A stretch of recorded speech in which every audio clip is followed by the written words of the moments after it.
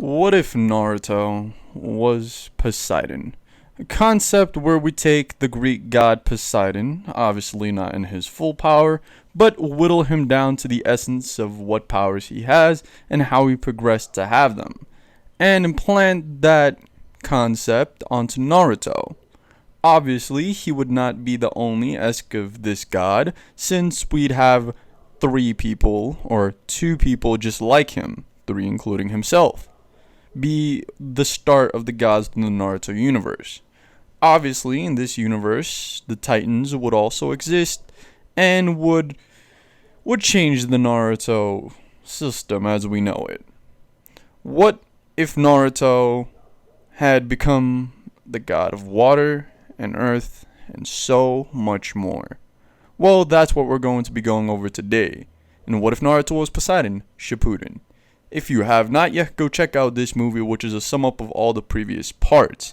And yeah, so, without further ado, let's get into it.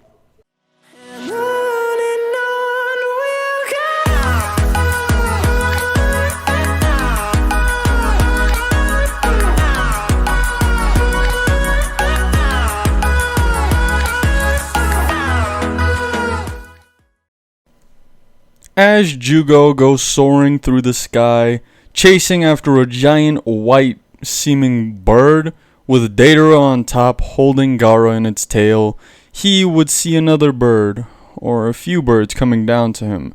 So he would stop his pursuit, hence to not kill any of these seemingly birds, as they would surround him and detonate. Thanks to his form, or earth form, or if you're akin to Naruto, in that case it would be his curse mark state, he would barely take any damage. But now also know to be cautious of these explosions. Datara, who had witnessed this, would make some smug remark on how he's dead now, but as Jugo just comes barreling out of the smoke, he'd know that his explosions aren't packing close to enough of a punch to kill this behemoth of a person. So he'd amp it up. He'd go up to C2 and C3. And eventually, as Jugo would gain more and more, and actually land a few subsequent hits, even freeing Gaara, Datara would turn perspective completely. He's no longer running. He's standing and fighting, as he would create this small little totem, dropping it, screaming, "And this is the ultimate work of art, C4! As he drops it down, it would increase in size, and as it explodes, it creates something seemingly as a mushroom cloud. But Jugo isn't dead. Neither is Gaara. Okay, Gaara is dead. His lifeless body in Jugo's arms, who had thought he himself would have died in that exact moment.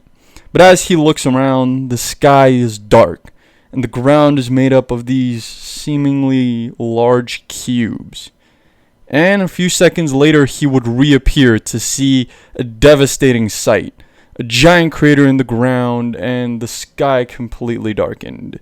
This was Kakashi. Kakashi had arrived just in time to snipe Jugo into his Kamui dimension, something he had been working with for a while now. He's able to put stuff into the Kamui dimension and take it out as long as it's a certain range from where he is currently standing. So, thus Jugo was saved by Kakashi. And Jugo's admiration as he looks over to see Kakashi there, he merely nods.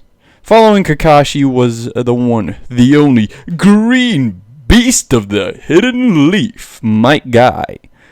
As his teammates, or Guy's teammates, would not be there. They would have actually want to back up Naruto further.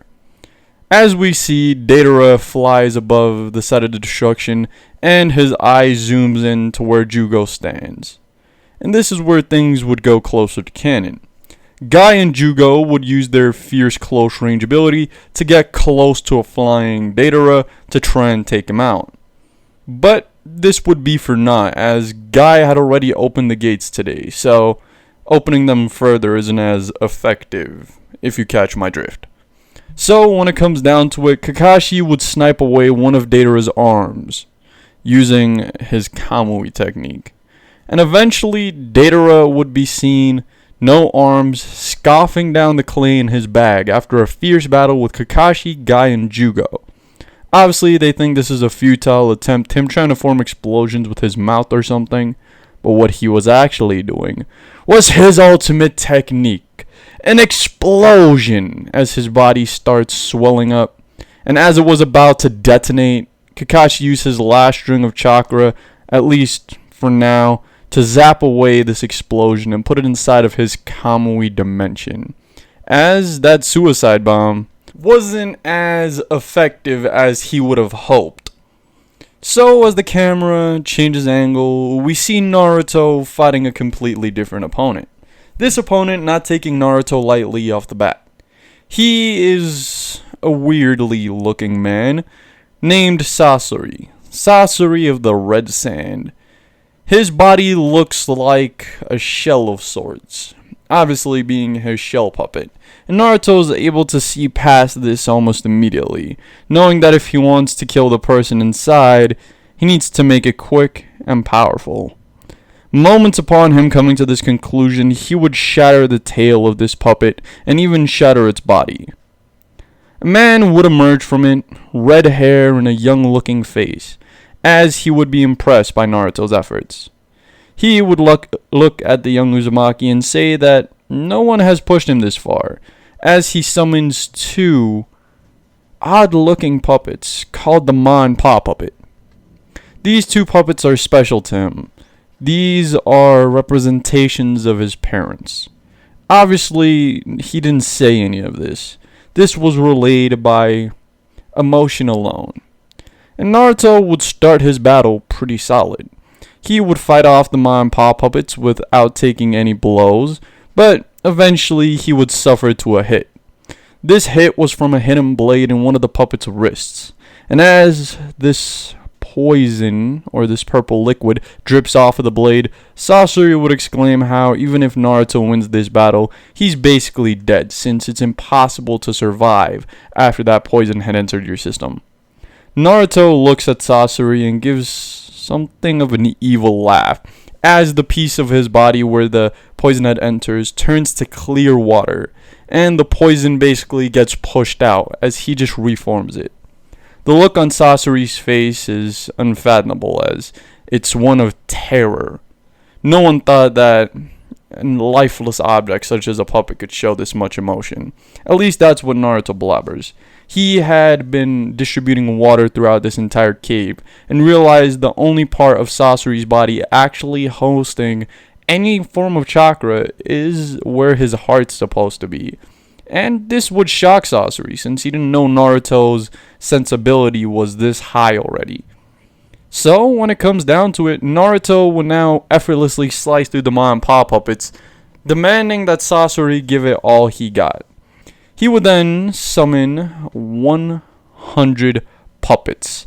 He would exclaim that this jutsu had been recently finished and that he doesn't think even Naruto would be able to survive this. And this is when Team Guy would step in once again, this time being Neji, Tenten, and Lee.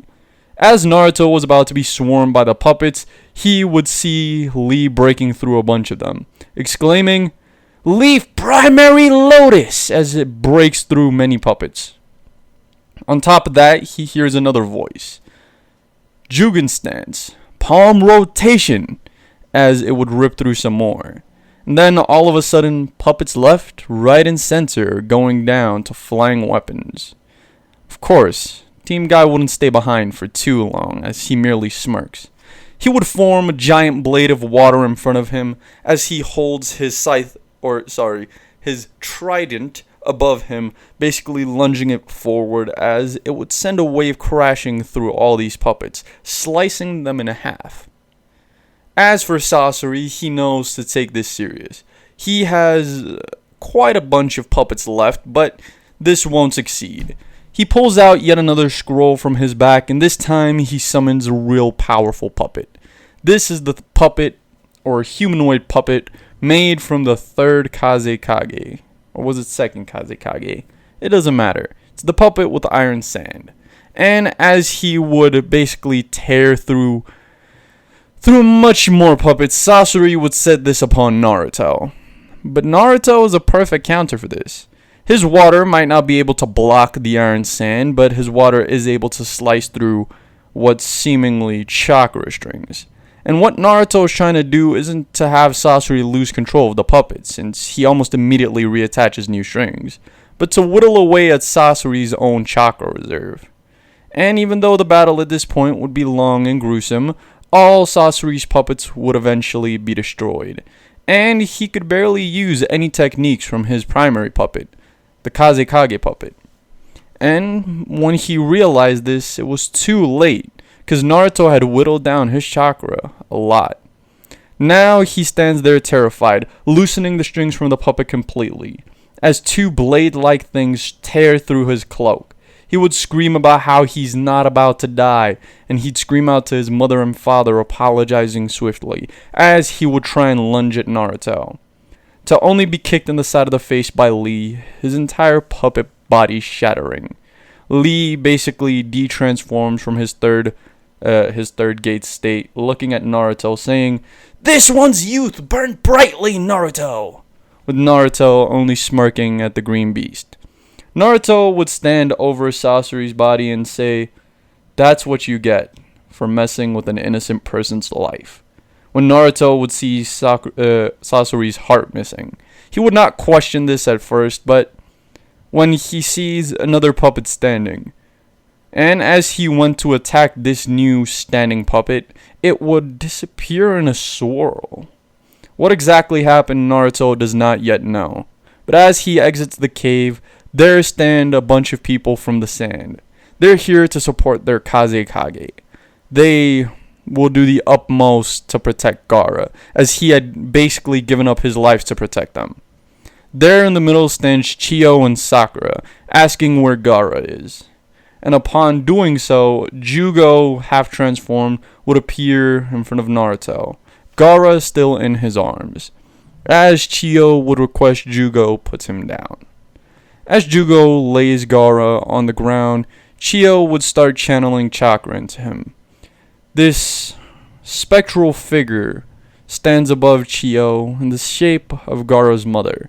Obviously, the only person to realize this as of right now is Temari and Kankuro, since yes, Kankuro had healed enough to come along.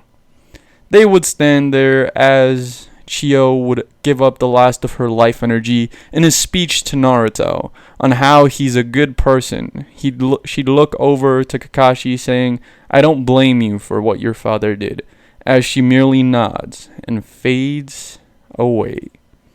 Gaara would sit up, earning a cheer from the crowd, a crying Jugo and Naruto falling in front of him. Of course he'd be confused, but a quick explanation of him dying would reveal all he needed to know.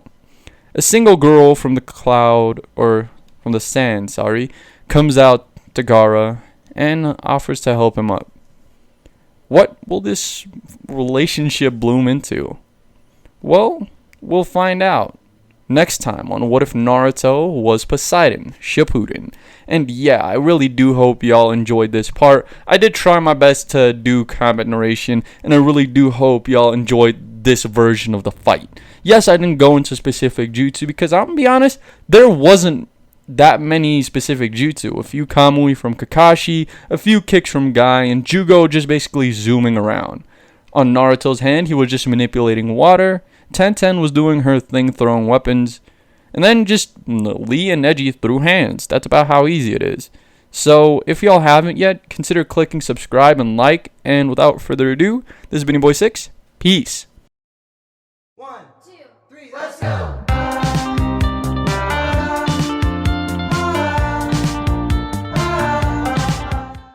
Subscribe for more. Yada yada does it.